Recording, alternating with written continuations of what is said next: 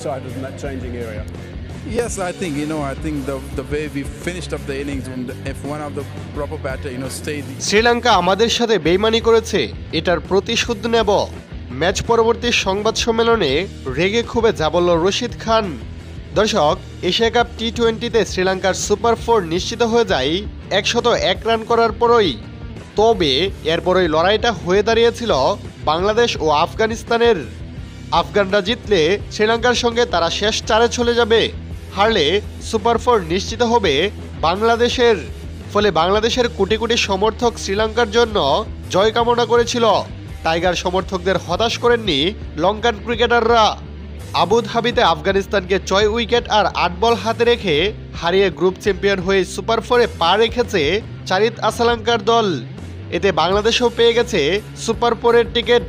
বিদায় হয়ে গেছে রশিদ খানের দল আফগানিস্তানের। দর্শক, এদিকে ম্যাচ হেরে বেশ হতাশ হয়েছেন আফগান অধিনায়ক রশিদ খান।